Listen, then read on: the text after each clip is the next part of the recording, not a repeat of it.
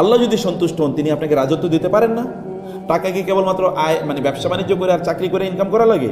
আল্লাহ তাআলা এমনও তো করতে পারেন যে আল্লাহ তাআলা আপনার ঘরের সামনে কাউকে এনে দিয়ে দেবেন। আল্লাহ আপনার ঘরের সামনে কাউকে এনে দিয়ে দেবেন। এক ব্যক্তি তিনি যাচ্ছিলেন, তিনি যাবেন হলো উমরায়, হজে যাবেন, তিনি অনেক বড় আলেম, আল্লাহওয়ালা। তো তিনি হজে যাবেন, তার স্ত্রী এবং সন্তানদেরকে 7 কন্যা সন্তান, তাদেরকে এবং তার স্ত্রী একজন, আর কোনো ছেলে নেই। তো তিনি তাদেরকে রেখে যাচ্ছিলেন। তো তার স্ত্রী বলেন, আপনি যে যাচ্ছেন তা আমরা আমাদের খাবার দাবার ইত্যাদি কী হবে? বলে আল্লাহ তাআলাই দেখবেন। তো তার কন্যা সন্তানরা এসে বলেন যে বাবা, তো আমাদের একা তুমি রেখে যাচ্ছ, কি হবে? এর মধ্যে ছোট মেয়েটা দাঁড়িয়ে বললো যে বাবা, কোনো টেনশন করবা না, আল্লাহই রিজিক দেয়, আল্লাহই রিজিক দেবেন আমাদেরকে। একথা বলার পর অন্য কেউ আর কিছু বলে নাই, স্বামী চলে গেলেন দিনের বেলা। রাতের বেলা, সন্ধ্যাবেলা এসে তাদের দরজায় এসে একজন টোকা দিলেন, এই কে? দরজা খোলেন। বলে কে? বলে হচ্ছে আমি হচ্ছি এই সময়ের, তখনকার খলিফা ছিল, তার নাম ছিল খলিফা জাফর, তৎকালীন মুসলিম বিশ্বের খলিফা। আমি জাফরের সেনাপতি বলছি। তারা তো ভয় পেয়ে গেছে, সেনাপতি এসে ধরে নিয়ে যাওয়ার জন্য নাকি?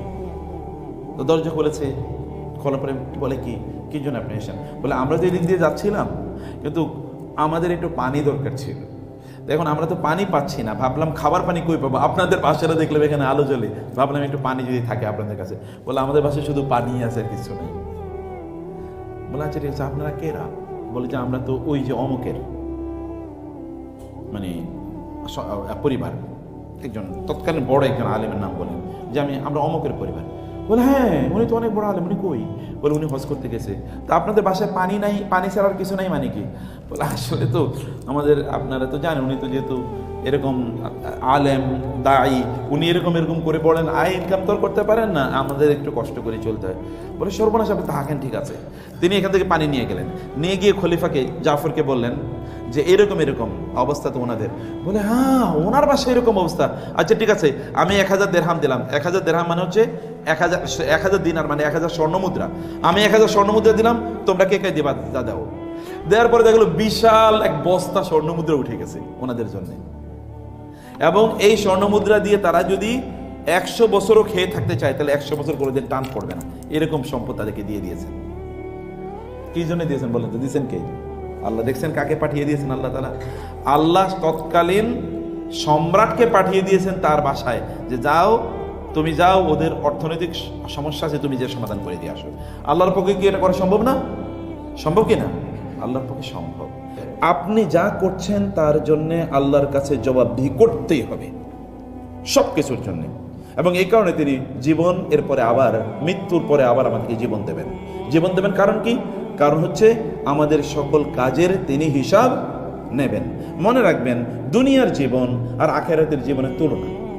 আচ্ছা, দুনিয়ার জীবনে আপনি ধরেন 10 বছর খুব কষ্ট করেছেন, উদ্দেশ্য কি? পরের সময়গুলো যেন একটু ভালো থাকতে পারেন, এরকম না? এখন একটু কষ্ট করি যেন একটু যখন আর একটু সামনে বয়স যখন হবে তখন যেন একটু সুখে থাকতে পারি। আপনারাও দেখবেন আপনাদের বাচ্চাদেরকে, হয়তো বা যাদের বিয়ে হয়েছে তাদেরকে এখন কষ্ট করে লালন পালন করেন, ওরা যদি বড় হয় তাহলে যদি আমার একটু কষ্ট কমে। তাহলে মানুষ কাজ করে কিসের জন্যে? ভবিষ্যতের জন্য, নাকি? মানুষ ভবিষ্যতের জন্য কাজ করে না? আপনারাও চাকরি বাকরি করে কিছু টাকা পয়সা জমান, ভবিষ্যতে যেন ভালো থাকতে পারেন। তো আপনার মূল ভবিষ্যতের খবর কি? এই ভবিষ্যৎ কি এখানেই শেষ? আরো বড় ভবিষ্যৎ আছে না? আরো বড় ভবিষ্যৎ আছে কিনা? সেই ভবিষ্যৎ কোথায়? পরকালে, আখিরাতে, মৃত্যুর পর। ওই ভবিষ্যতের খবর কি?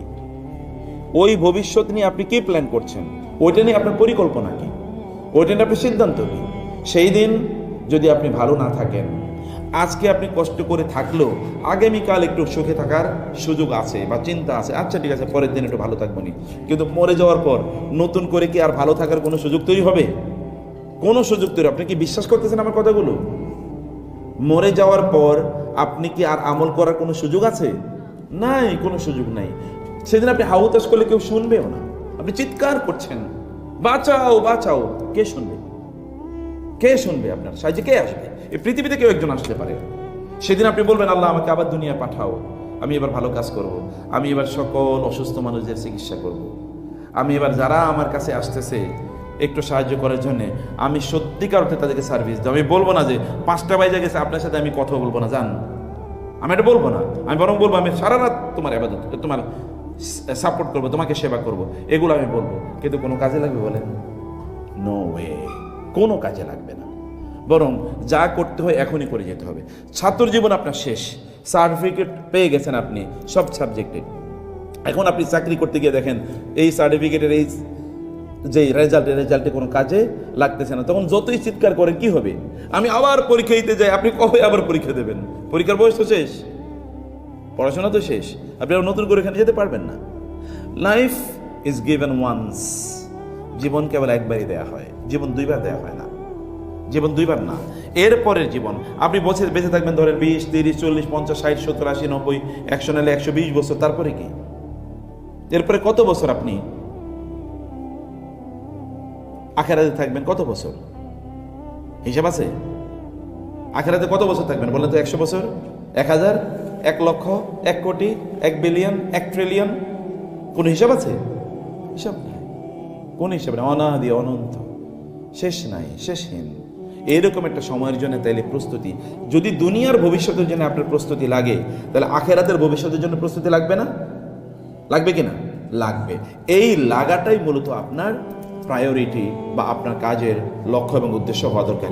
ইব্রাহিম আলাইহিস সালাতু ওয়াস সালাম তিনি আল্লাহর কাছে বললেন, ওয়াল্লাযী আতমাউ আন ইয়াগফিরা লি খাতিয়াতি ইয়াউমিদ্দিন রব্বি হাবলি হুকমা ওয়া আলহিকনি বিস সালিহিন। তিনি আল্লাহর কাছে দোয়া করেছেন, হে আল্লাহ, আমি আপনার কাছে প্রত্যাশা করি আপনি কিয়ামতের দিন আমার গুনাহগুলো মাফ করে দিয়েন, আমি যেন ভালো বান্দা যারা আপনার তাদের সাথে যেন আমি থাকতে পারি, যারা আপনার ভালো বান্দা। ভালো বান্দারা কোথায় থাকবে? জান্নাতে। জান্নাতে কি থাকবে? আপনি দুনিয়াতে কি কি চান বলেন? আপনার দুনিয়াতে স্বপ্ন কি কি? কি হতে চান আপনি দুনিয়াতে?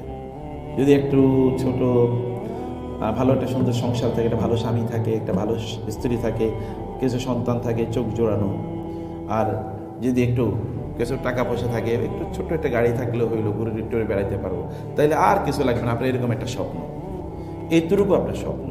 আর আল্লাহ তাআলা আপনাকে জান্নাতে যা দেবেন, সর্বনিম্ন যেটা দেবেন তা হলো এই পৃথিবীর 10 গুণ সমান একটা রাজত্ব দেবেন আল্লাহ তাআলা আপনাকে।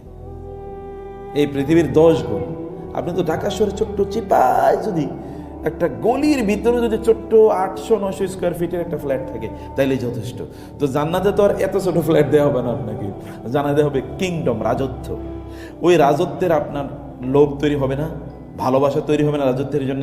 ওইখানে আপনার গাড়ি রাখবেন, ওইখানে আপনি পাখির মতো করে উড়ে বেড়াতে পারবেন, অথবা ওইখানে আপনাকে সুপারসনিক এরকম আপনাকে প্লেন দেওয়া হবে, যেখানে আপনি মজা করে ঘুরে বেড়াতে পারেন। কোথায় ঘুরে বেড়াবেন বলেন? মুহূর্তের মধ্যে পৃথিবীর এই প্রান্ত থেকে আপনি ওই প্রান্তে চলে যাওয়ার মতো আপনার ফ্যাসিলিটি আল্লাহ তাআলা আপনাকে জান্নাত দেবেন। এবং জান্নাতে আল্লাহ সুবহানাহু ওয়া তাআলা আপনার সেবা করার জন্য এত বিশাল বহর রাখবেন। এখন যেমন বুয়ারা কাজে একদিন না আসলে আপনি তো টাইট ফিট, কাজের বুয়া না আসলে, অথবা আপনি কাজ করতে করতে ক্লান্ত, ওই দিন আপনি কাজ করাবেন, পার্টি পেয়ে দেওয়ার জন্য এরকম লাখ লাখ হুর অথবা গেলমান আল্লাহ তাআলা রেখে দেবেন, যারা আপনার পার্টি পাবে।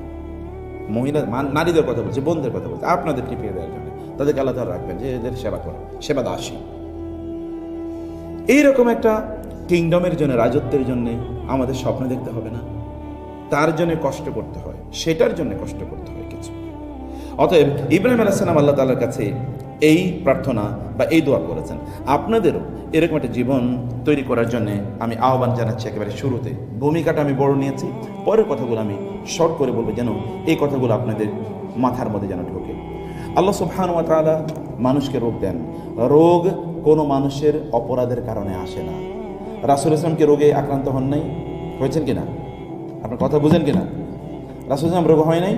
আচ্ছা, একজন নবী, তার নাম হচ্ছে আইয়ুব আলাইহিস সালাম, তিনি 18 বছর রোগে আক্রান্ত ছিলেন। জানেন তো আপনারা উনি কোন অপরাধে রোগী হয়েছেন? তাহলে কারো রোগ এটা আল্লাহ তাআলার পক্ষ থেকে পরীক্ষা, এটা কোনো অপরাধের কারণে হয় না সাধারণত। আল্লাহর পক্ষ থেকে in most of the cases it is a test from Allah. এটা আল্লাহর পক্ষ থেকে পরীক্ষা। কার জন্য পরীক্ষা জানেন? ওই ব্যক্তির জন্য যিনি রোগী। একজন নারী রাসূল ইসলামের কাছে আসলেন, বা আপনাদের জন্য এটা খুবই প্রযোজ্য। একজন মহিলা রাসূলের কাছে আসলেন, এসে বলেন, ইয়া রাসূল, আমার তো মৃগী রোগ, এবং মৃগী রোগ যখন উঠে তখন তো আমি বেহুশ হয়ে যাই। তখন আমি বেহুশ হয়ে যাই, এটা একটা প্রবলেম। আর হলো আমার জামা কাপড়গুলো তখন কি একটু এলোমেলো হয়ে যায়। আপনি আল্লাহ তাআলার কাছে দোয়া করেন, আল্লাহ যেন আমার রোগ দূর করে দেন। রাসূল সাল্লাল্লাহু আলাইহি ওয়াসাল্লাম বললেন, হ্যাঁ, আমি তোমার জন্য দোয়া করতে পারি, আল্লাহ তাআলা তোমার রোগ দূর করে দেবেন এবং তোমার রোগ সত্যি দূর হয়ে যাবে। কিন্তু তুমি যদি একটা কাজ করো, ধৈর্য ধারণ করো, তাইলে এই রোগের বিনিময়ে আল্লাহ তোমার সব গুনাহ মাফ করে দেবেন এবং তোমাকে জান্নাত প্রদান করবেন। অথবা আমি দোয়া করলে তোমার রোগ দূর হয়ে যাবে, তুমি কোনটা করবা? আপনি কোনটা করতেন বলেন? আপনি গুনাহ মাফেরটা করতেন, মাশাআল্লাহ, থ্যাংক ইউ। কিন্তু আমরা মুখে বললো আচরণে তা করি না। মাথা ব্যথা করার পরে এই চিৎকার, মা গো গেলাম রে, আইলো রে, যাইলো রে, এরকম একটা ভাব, তাই না? ধৈর্য কি আমাদের খুব বেশি আছে বলে মনে হয়? তাই না? ছোট ছোট ইস্যুতে আমরা কত চিৎকার চেঁচামেচি করি। তো তিনি রাসূল সাল্লাল্লাহু বলার পর রাসূল বললেন, I am giving you two options. একটা হচ্ছে যে তুমি যা ধৈর্য ধারণ করো, এই ধৈর্যের কারণে আল্লাহ তোমার গুনাহ মাফ করে দেবেন, তোমাকে জান্নাত প্রদান করবেন। আরেকটা হলো আমি তোমার জন্য দোয়া করে তোমার রোগ ভালো হয়ে যাবে। তিনি বলেন, আমি তো জান্নাতই চাই, আমি ধৈর্য ধরবো ইয়া রাসূলুল্লাহ, আমি ধৈর্য ধরবো, কিন্তু আমি তো জান্নাত চাই, আমার তো সব কষ্ট জান্নাতের জন্য। আমি যত এই জীবনটা আমরা এই জীবন যাপন করছি, আপনাদের জীবনের গোল কি, লক্ষ্য কি? আসলে আমরা জীবনে কি চাই কেউ জানি না, আমরা জানি না জীবনে কি চাই। আমাদের একটা বড় প্রবলেম, এবং ওই কারণে কি আমরা সবসময় ভুল করে থাকি, আমরা সবসময় ভুল করে থাকি। আমাদের জীবনের লক্ষ্য, উদ্দেশ্য, গোল, পারপাস কি, এই জায়গাটা আমরা ভুলে যাই। ভুলে যাওয়ার কারণে সব জায়গায় ত্রুটি। আপনি চাকরি করতে গেলেও ভুল করেন। আপনি তখন হিসাব করেন, আমার কেন এত কাজ করতে হবে, আমি কি এত কাজের বিনিময়ে টাকা পাই নাকি? এটা আমাদের মাথায় থাকে কিনা? কেন আমি এর চেয়ে বেশি করবো? আমি তো এর চেয়ে বেশি তো তার কাছ থেকে পয়সা নেই না, তাহলে আমি কেন করবো? কিন্তু আপনার লক্ষ্য কিন্তু ভুল জায়গায়, রং জায়গায়। আপনি যখন মা, তখন কিন্তু আপনি কথা বলেন না যে আমি ওকে এত বিষয় দিচ্ছি কেন, ও আমার কি দিচ্ছে, আপনি তখন বলেন না। আপনি যখন পেটে তাকে নেন, তখন আপনি বললেন না, ওরে আমি পেটে ধারণ করতেছি কেন, ও আমার দেবে কি, ও তো বড় হয়ে আমার ভুলে যেতে পারে। যখন আপনি বাবা সারাদিন তার জন্য কাজ করেন, তখন আপনি বলেন না, ও আমাকে বিনিময়ে কি দেবে। লক্ষ্য এবং উদ্দেশ্য যদি আপনার ভুল থাকে, তাহলে আপনি কোনোদিনই গন্তব্যে পৌঁছতে পারবেন না, আপনি লক্ষ্যে পৌঁছতে পারবেন না। লক্ষ্য যদি ভুল হয়, তাহলে আপনার দৌড়কেও ভুল হয়ে যাবে, তখন আপনার কাজে ভুল তৈরি হবে, তখন আপনার কাজের মধ্যে স্যাটিসফ্যাকশন কোনোদিন থাকবে না। আপনি সর্বদাই কেবলমাত্র কি অশান্তিতে আপনি ভুগবেন। যদি আপনি লক্ষ্য ঠিক করতে পারেন, তাহলে কোনো প্রবলেম নাই। লক্ষ্য হলো আল্লাহ সন্তুষ্টি অর্জন করা। কি করা? আল্লাহ সন্তুষ্টি। তখন আপনি দেখবেন বাসায় আপনার হাজব্যান্ড আপনাকে একটু বকাবকি করলো, ওইটা কেন হইলো না, ওইটা কেন হইলো না, তখন আপনি বলবেন, আমি তো আমার হাজব্যান্ডের জন্য কাজটা করতেছি না, করছি কার জন্যে? আল্লাহর জন্য। তখন দেখবেন আর মাথায়, আমি তো আল্লাহর জন্য করছি, উনি কি বলছে না বলছে তাতে আমার কিছু যায় আসে না। যেমন আপনি নামাজ যখন পড়েন, তখন কেউ যদি আপনাকে বলে, আপনি নামাজ পড়ছেন, থ্যাংক ইউ, ধরেন 10 টাকা দিলাম আপনাকে, এটাকে যদি না বলে, তাহলে কি আপনি নামাজ পড়েন না? বুঝতেছেন কিনা? আপনি নামাজ পড়লে কেউ আপনাকে 1000 টাকা দেবে, এই জন্য নামাজ পড়ছেন। আপনি হিসাব করতেছেন কি কেউ আপনাকে টাকা দেবে, এই জন্য হিসাব করছেন? কি জন্য করছেন? আল্লাহ সন্তুষ্টির জন্য। তাহলে আল্লাহ সুবহানাহু ওয়া তাআলা সন্তুষ্টির জন্য করার কারণে আপনি দেখেন কোনো সেটব্যাক নাই, আপনার কোনো টেনশন নাই, আপনি কে কি বলছে না বলছে যেদিকে আপনি তাকাচ্ছেন না, কারণ আল্লাহ সন্তুষ্টির জন্য আপনি কাজটি করছেন। This is important, this is important. আল্লাহ যদি সন্তুষ্ট হন, তাহলে তিনি যার প্রতি সন্তুষ্ট, তিনি তাকে কি দেবেন এটা তো তার পরিকল্পনা, আপনার তো আর মাথা ব্যথা না, মাথা ব্যথা তখন তার, তিনি তখন চিন্তা করবেন আপনাকে কি দিলে আপনার জন্য কল্যাণকর হয়। সেই কারণে লক্ষ্য থাকা দরকার আল্লাহ সুবহানাহু ওয়া তাআলা এর সন্তুষ্টি। যদি এটা হয়, ওই যে ওই নারী দেখেন, রাসূল সাল্লাল্লাহু আলাইহি ওয়াসাল্লাম যখন তাকে বললেন যে আমি তোমার জন্য এটা করতে চাই, তুমি দোয়া করলেই হবে আর তুমি ধৈর্য ধারণ করলেই হবে, তিনি বলেন আমি জান্নাতই চাই, আমি ধৈর্য ধারণ করবো ইয়া রাসূলুল্লাহ। তবে আমি যেহেতু যখন মৃগী রোগে আক্রান্ত হই, তখন আমার জামা কাপড়গুলো যেহেতু একটু খুলে যায়, আপনি কেবল আল্লাহর কাছে দোয়া করেন আমার যেন জামা কাপড়গুলো না খুলে যায়। আল্লাহর কাছে তিনি দোয়া করেন। এরপরে তিনি মৃগী রোগে আক্রান্ত হলো, তিনি তার জামা কাপড় কোনোদিন হতো না। এই যে তার লক্ষ্য এবং উদ্দেশ্য, এই লক্ষ্য এবং উদ্দেশ্য থাকার কারণে তিনি অতটুকু কষ্ট সহ্য করেছেন। আমরাও তো কষ্ট সহ্য করি, সকাল থেকে অফিস করে 9টা 10টা অথবা ধরুন 7টা 8টা বা 6টা 5টা পর্যন্ত আমরা অফিস করি। এই যে আমরা করি, কি লক্ষ্য কি? মাস শেষে কয়টা টাকা পাবো, এটাই তো নাকি? মাস শেষে কয়টা টাকা, যদি আপনি যদি নিশ্চিত থাকেন যে এই মাসে আপনি টাকা পাবেন না, অথবা এই মাসে কাজ করলে আপনাকে কেউ টাকা দেওয়ার নাই, তখন কি আর আপনাকে কেউ অফিসে আনতে পারবে? লক্ষ্য ইজ ভেরি ইম্পর্টেন্ট। লক্ষ্য ইজ মোটিভেটর, এটা আপনাকে মোটিভেট করে। এই ক্ষুদ্র লক্ষ্য যদি আমাদেরকে এরকম মোটিভেট করে, তাহলে ওই লক্ষ্য আমাদেরকে কি মোটিভেট করতে পারে? আল্লাহ যদি সন্তুষ্ট হন, তিনি আপনাকে রাজত্ব দিতে পারেন না? টাকা কি কেবলমাত্র আয় মানে ব্যবসা বাণিজ্য করে আর চাকরি করে ইনকাম করা লাগে? আল্লাহ তাআলা এমনও তো করতে পারেন যে আল্লাহ তাআলা আপনার ঘরের সামনে কাউকে এনে দিয়ে দেবেন। আল্লাহ আপনার ঘরের সামনে কাউকে এনে দিয়ে দেবেন। এক ব্যক্তি তিনি যাচ্ছিলেন, তিনি যাবেন হলো ওমরায়, হজে যাবেন। তিনি অনেক বড় আলেম, আল্লাহওয়ালা। তো তিনি হজে যাবেন, তার স্ত্রী এবং সন্তানদের 7 কন্যা সন্তান, তাদেরকে এবং তার স্ত্রী একজন, আর কোনো ছেলে নেই। তো তিনি তাদেরকে রেখে যাচ্ছিলেন। তো তার স্ত্রী বলেন, তুমি যে যাচ্ছ, আপনি যে যাচ্ছেন, তা আমরা আমাদের খাবার দাবার ইত্যাদি কী হবে? বলে আল্লাহ তালাই দেখবেন। তো তার কন্যা সন্তানরা এসে বলেন যে বাবা, তো আমাদের একা তুমি রেখে যাচ্ছ, কি হবে? এর মধ্যে ছোট মেয়েটা দাঁড়িয়ে বললো যে বাবা, কোনো টেনশন করবা না, আল্লাহ রিজিক দেয়, আল্লাহ রিজিক দেবেন আমাদেরকে। একথা বলার পর অন্য কেউ আর কিছু বলে নাই, স্বামী চলে গেলেন। দিনের বেলা, রাতের বেলা, সন্ধ্যাবেলা এসে তাদের দরজায় এসে একজন টোকা দিলেন, এই কে? এই দরজা খোলেন। বলে কে? বলে হচ্ছে আমি হচ্ছি এই সময়ের, তখনকার খলিফা ছিল, তার নাম ছিল খলিফা জাফর, তৎকালীন মুসলিম বিশ্বের খলিফা। আমি জাফরের সেনাপতি বলছি।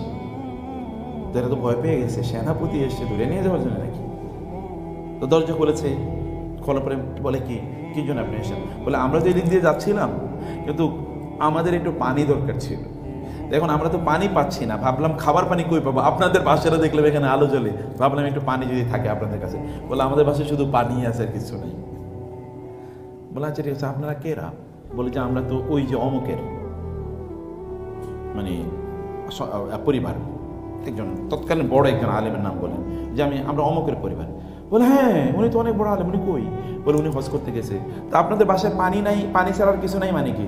বলে আসলে তো আমাদের, আপনারা তো জানেন, উনি তো যেহেতু এরকম আলেম দায়ী, উনি এরকম করে বলেন, আয় ইনকাম তো করতে পারেন না, আমাদের একটু কষ্ট করে চলতে হয়। বলে সর্বনাশ, আপনি থাকেন, ঠিক আছে। তিনি এখান থেকে পানি নিয়ে গেলেন, নিয়ে গিয়ে খলিফাকে জাফরকে বললেন যে এরকম অবস্থা তো ওনাদের। বলে হ্যাঁ, ওনার বাসায় এরকম অবস্থা। আচ্ছা ঠিক আছে, আমি 1000 দিরহাম দিলাম। 1000 দিরহাম মানে হচ্ছে 1000 দিনার, মানে 1000 স্বর্ণমুদ্রা। আমি 1000 স্বর্ণমুদ্রা দিলাম, তোমরা কে কে দিবা, দাও। দেওয়ার পরে দেখলো বিশাল এক বস্তা স্বর্ণমুদ্রা উঠে গেছে ওনাদের জন্য। এবং এই স্বর্ণমুদ্রা দিয়ে তারা যদি 100 বছরও খেয়ে থাকতে চায়, তাহলে 100 বছর কোনোদিন টান পড়বে না, এরকম সম্পদ তাদেরকে দিয়ে দিয়েছেন। কি জন্য দিয়েছেন বলেন তো? দিয়েছেন কে? আল্লাহ। দেখছেন কাকে পাঠিয়ে দিয়েছেন আল্লাহ তাআলা? আল্লাহ তৎকালীন সম্রাটকে পাঠিয়ে দিয়েছেন তার বাসায়, যে তুমি যাও, ওদের অর্থনৈতিক সমস্যা আছে, তুমি যে সমাধান করে দিয়ে আসো। আল্লাহর পক্ষে কি এটা করা সম্ভব না? সম্ভব কি না? আল্লাহর পক্ষে সম্ভব। তাহলে আল্লাহ সুবহানাহু ওয়া তাআলা যদি আপনার প্রতি সন্তুষ্ট থাকেন, তাহলে you will get everything and he will take your responsibility. তিনি আপনার দায়িত্ব তিনি গ্রহণ করবেন, এটা তার দায়িত্ব।